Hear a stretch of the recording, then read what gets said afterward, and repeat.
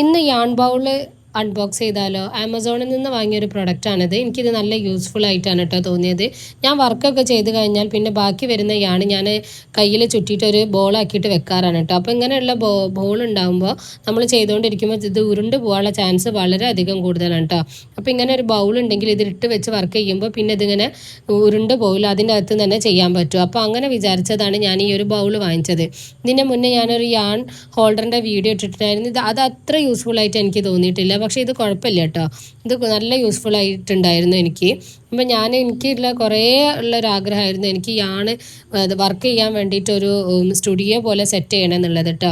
അതിനിങ്ങനെ സങ്കടം ഞാൻ എപ്പോഴും പെടാറെന്നല്ലാണ്ട് പിന്നെ എനിക്ക് തന്നെ മനസ്സിലായി നമുക്ക് വേണ്ടത് നമ്മൾ തന്നെ ചെയ്തെടുക്കണം, ആരും നമുക്കായിട്ട് കൊണ്ടുപോയി തരൂലാന്ന്. അങ്ങനെ ഞാൻ ആദ്യം ഒരു റൂം, ചെറിയ രീതിയിൽ ആ റൂം സെറ്റ് ചെയ്തു. അതിലേക്കൊരു ഫാന് വാങ്ങിച്ചു, പിന്നെ ഒരു ടേബിൾ വാങ്ങി, പിന്നെ ഒരു ടേബിൾ മാറ്റ് അതിലേക്ക് വേണ്ടി ഉണ്ടാക്കി, ഒരു യാൺ ഹോൾഡർ വാങ്ങി, പിന്നെ നല്ലൊരു ട്രൈപോഡ് വാങ്ങി. അതിൻ്റെ എല്ലാം വീഡിയോസ് ഇനി ഓരോരോ ദിവസമായിട്ട് ഞാൻ ഇടാം കേട്ടോ.